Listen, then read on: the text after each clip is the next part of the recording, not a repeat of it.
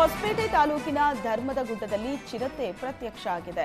ಗುಡ್ಡದ ಕೆಳಗಡೆ ಯುವಕರು ಓಡಾಡುವಾಗ ಚಿರತೆ ಕಾಣಿಸಿಕೊಂಡಿದ್ದು ಆತಂಕಕ್ಕೆ ಕಾರಣವಾಗಿದೆ. ಹೊಸಪೇಟೆ ತಾಲೂಕಿನ ಬಸವನದುರ್ಗ, ನಾಗೇನಹಳ್ಳಿ ಸೇರಿದಂತೆ ವಿವಿಧ ಗ್ರಾಮಗಳ ಭಕ್ತಾದಿಗಳು ಧರ್ಮದ ಗುಡ್ಡಕ್ಕೆ ಆಗಮಿಸುತ್ತಾರೆ. ಆಗಾಗ್ಗೆ ಇಲ್ಲಿ ಚಿರತೆ ಕಾಣಿಸಿಕೊಳ್ತಾ ಇರುವುದು ಜನರಲ್ಲಿ ಭೀತಿ ಉಂಟು ಮಾಡಿದೆ. ಇನ್ನು ಚಿರತೆ ಓಡಾಟದ ದೃಶ್ಯ ಸ್ಥಳೀಯರ ಮೊಬೈಲ್ನಲ್ಲಿ ಸೆರೆಯಾಗಿದೆ. ಕೂಡಲೇ ಚಿರತೆ ಸೆರೆ ಹಿಡಿಯುವಂತೆ ಗ್ರಾಮಸ್ಥರು ಆಗ್ರಹಿಸಿದ್ದಾರೆ.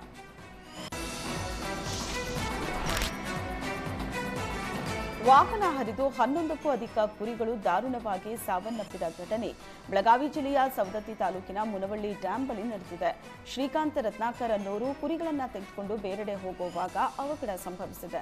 ಅಂದಾಜು 2 ಲಕ್ಷಕ್ಕೂ ಅಧಿಕ ಮೌಲ್ಯದ ಕುರಿಗಳು ಮೃತಪಟ್ಟಿದ್ದು, ಕುರಿಗಳನ್ನು ಕಳೆದುಕೊಂಡು ಕುರಿಗಾಗಿ ಕಣ್ಣೀರು ಹಾಕಿದ್ದಾರೆ. ಕುರಿಗಳ ಮೇಲೆ ವಾಹನ ಹರಿಸಿ ಚಾಲಕ ಎಸ್ಕೇಪ್ ಆಗಿದ್ದು, ಘಟನಾ ಸ್ಥಳಕ್ಕೆ ಸವದತ್ತಿ ಪೊಲೀಸರು ಭೇಟಿ ನೀಡಿ ಪರಿಶೀಲನೆ ನಡೆಸಿದ್ದಾರೆ. ಸವದತ್ತಿ ಪೊಲೀಸ್ ಠಾಣಾ ವ್ಯಾಪ್ತಿಯಲ್ಲಿ ಘಟನೆ ನಡೆದಿದೆ. ಧರ್ಮಸ್ಥಳದಲ್ಲಿ ನೂರಾರು ಹೆಣ ಹೂತಿಟ್ಟ ಪ್ರಕರಣದ ಬಗ್ಗೆ ಸಂಸದ ಜಗದೀಶ್ ಶೆಟ್ಟರ್ ಪ್ರತಿಕ್ರಿಯೆ ನೀಡಿದ್ದಾರೆ. ಧರ್ಮಸ್ಥಳ ವಿಚಾರದಲ್ಲಿ ಸರ್ಕಾರ ಎಸ್ಐಟಿ ತನಿಖೆ ಮಾಡಲಿ, ಯಾವುದೇ ಅಭ್ಯಂತರ ಇಲ್ಲ.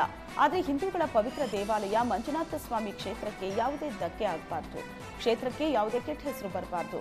ಅನಾಮಿಕ ದೂರು ನೀಡಿದಾನೆ, ಸಾಕ್ಷಿಗಳು ಇದೆಯೋ ಇಲ್ವೋ ಗೊತ್ತಿಲ್ಲ. ಆದರೂ ಸರ್ಕಾರ ಎಸ್ಐಟಿ ತನಿಖೆಗೆ ಆದೇಶ ಮಾಡಿದೆ. ತನಿಖೆ ಮಾಡಲಿ, ಆದರೆ ಹಿಂದೂಗಳ ಭಾವನೆಗೆ, ದೇವಾಲಯಕ್ಕೆ ಧಕ್ಕೆ ಆಗಬಾರದು ಅಂತ ಸಂಸದ ಜಗದೀಶ್ ಶೆಟ್ಟರ್ ತಿಳಿಸಿದ್ದಾರೆ. ಚಾಮರಾಜನಗರದ ಕೊಳ್ಳೇಗಾಲ ತಾಲೂಕು ಕಾವೇರಿ ನದಿ ಹರಿಯೋ ಸತ್ತೇಗಾಲ ಸೇತುವೆ ಬಳಿ ಅಪರಿಚಿತನ ಶವ ಪತ್ತೆಯಾಗಿದೆ. ಸುಮಾರು 40 ವರ್ಷ ವಯಸ್ಸಿನ ವ್ಯಕ್ತಿಯ ಶವ ಇದಾಗಿದ್ದು, ಕೊಳ್ಳೇಗಾಲ ತಾಲೂಕು ಆಸ್ಪತ್ರೆಯ ಶವಾಗಾರದಲ್ಲಿ ಇಡಲಾಗಿದೆ. ಪ್ರಕರಣ ದಾಖಲಿಸಿಕೊಂಡಿರೋ ಪೊಲೀಸರು ಮೃತ ವ್ಯಕ್ತಿಯ ಗುರುತು ಪತ್ತೆಗೆ ಮುಂದಾಗಿದ್ದಾರೆ. ಅಪ್ರಾಪ್ತೆಯನ್ನ ಮದುವೆಯಾಗಿದ್ದಲ್ಲದೆ ಆಕೆಯನ್ನ ಕೊಂದು ಹೂತು ಹಾಕಿರೋ ಘಟನೆ ತಡವಾಗಿ ಬೆಳಕಿಗೆ ಬಂದಿದೆ. ಬಳ್ಳಾರಿಯ ಹೊಸಪೇಟೆ ಪಟ್ಟಣದಲ್ಲಿ ಗಂಡ ಹೆಂಡತಿ ನಡುವೆ ಕ್ಷುಲ್ಲಕ ಕಾರಣಕ್ಕೆ ಜಗಳ ಆಗಿದೆ. ಕೋಪದಲ್ಲಿ ಮಂಜುನಾಥ್ ಪತ್ನಿ ನಿತ್ಯಾಳನ್ನ ಕೊಂದಿದ್ದಾನೆ. ಈ ಘಟನೆ 3 ತಿಂಗಳ ಹಿಂದೆ ನಡೆದಿದ್ದು, ತನ್ನ ಸ್ನೇಹಿತರ ಜೊತೆಗೂಡಿ ಮಂಜುನಾಥ್ ಪತ್ನಿಯ ಶವ ಹೂತು ಹಾಕಿದ್ದಾನೆ. ಸದ್ಯ ಪ್ರಕರಣ ದಾಖಲಿಸಿಕೊಂಡಿದ್ದ ಪೊಲೀಸರು ಎಲ್ಲ ಆರೋಪಿಗಳ ಹೆಡೆಮುರಿ ಕಟ್ಟಿದ್ದಾರೆ.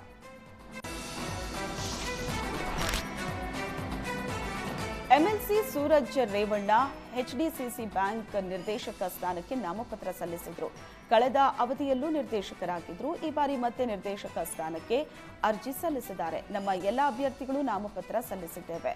ನಮ್ಮ ಅಭ್ಯರ್ಥಿಗಳ ಬಗ್ಗೆ ಒಳ್ಳೆಯ ಅಭಿಪ್ರಾಯ ಇದೆ, ಯಾವುದೇ ಗೊಂದಲ ಇಲ್ಲ ಅಂತ ಸೂರಜ್ ರೇವಣ್ಣ ತಿಳಿಸಿದ್ರು. ಸೂರಜ್ ರೇವಣ್ಣಗೆ ಜೆಡಿಎಸ್ ಮುಖಂಡರಾದ ಸೋಮನಹಳ್ಳಿ ನಾಗರಾಜ್, ಗಿರೀಶ್ ಚನ್ನವೀರಪ್ಪ, ಕಮಲ್ ಕುಮಾರ್ ಇನ್ನಿತರರು ಇದ್ರು. ಕಾರವಾರದಲ್ಲಿ ಶಾಲಾ ವಿದ್ಯಾರ್ಥಿಗೆ ಥಳಿಸಿದ್ದಕ್ಕೆ ಶಿಕ್ಷಕಿ ಭಾರತಿ ನಾಯ್ಕನ ಅಮಾನತುಗೊಳಿಸಲಾಯಿತು. ಮುಂಡಗೋಡು ತಾಲೂಕಿನ ಕಾಳಗನಕೊಪ್ಪ ಶಾಲೆಯಲ್ಲಿ ಶಿಕ್ಷಕಿ ಭಾರತಿ 2ನೇ ತರಗತಿ ವಿದ್ಯಾರ್ಥಿಗೆ ಬಾಸುಂಡೆ ಬರುವಂತೆ ಹೊರಟಿದ್ರು. ಶಿಕ್ಷಕಿ ಭಾರತಿ ನಾಯ್ಕ ವಿರುದ್ಧ ಬಿಇಒ ಹಾಗೂ ಪೊಲೀಸರಿಗೆ ಪೋಷಕರು ದೂರು ನೀಡಿದ್ರು. ವಿದ್ಯಾರ್ಥಿಗೆ ಥಳಿಸಿದ್ದ ಶಿಕ್ಷಕಿ ನಿನ್ನೆ ಕ್ಷಮೆ ಯಾಚಿಸಿದ್ದು, ಇಂದು ಅಮಾನತು ಮಾಡಿ ಆದೇಶಿಸಲಾಗಿದೆ. ರಾಜ್ಯದ ಹಲವು ಜಿಲ್ಲೆಗಳಲ್ಲಿ ಭಾರೀ ಮಳೆಯಾಗುತ್ತಿದ್ದು, ಬೆಳಗಾವಿಯ ಯಲ್ಲಮ್ಮನಗುಡ್ಡದ ಎಣ್ಣೆ ಹೊಂಡದಲ್ಲಿ ಸಿಲುಕಿ ವ್ಯಕ್ತಿಯೊಬ್ಬ ಪರದಾಡಿದ ಘಟನೆ ನಡೆದಿತ್ತು.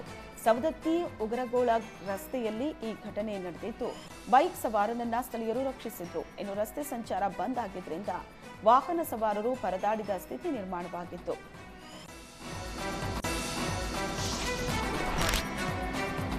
ಧಾರವಾಡ ಜಿಲ್ಲೆಯಾದ್ಯಂತ ವರುಣನ ಅಬ್ಬರ ಜೋರಾಗಿದೆ. ಧಾರಾಕಾರ ಮಳೆಯಿಂದ ನವಲಗುಂದ ತಾಲೂಕಿನ 2 ಗ್ರಾಮಗಳ ರಸ್ತೆ ಸಂಪರ್ಕ ಸಂಪೂರ್ಣ ಕಟ್ ಆಗಿದೆ. ಬ್ಯಾಲಾಳ ಮತ್ತು ಹಣಸಿ ಗ್ರಾಮದ ನಡುವೆ ಇರೋ ಬ್ರಿಡ್ಜ್ ಮೇಲೆ ನೀರು ಹರಿತಾ ಇದ್ದು, ತುಂಬಿ ಹರಿತಾ ಇರೋ ನೀರು ಸೇತುವೆ ಮೇಲೆ ಜನ ಹುಚ್ಚಾಟ ಪ್ರದರ್ಶನ ಮಾಡ್ತಿದ್ದಾರೆ.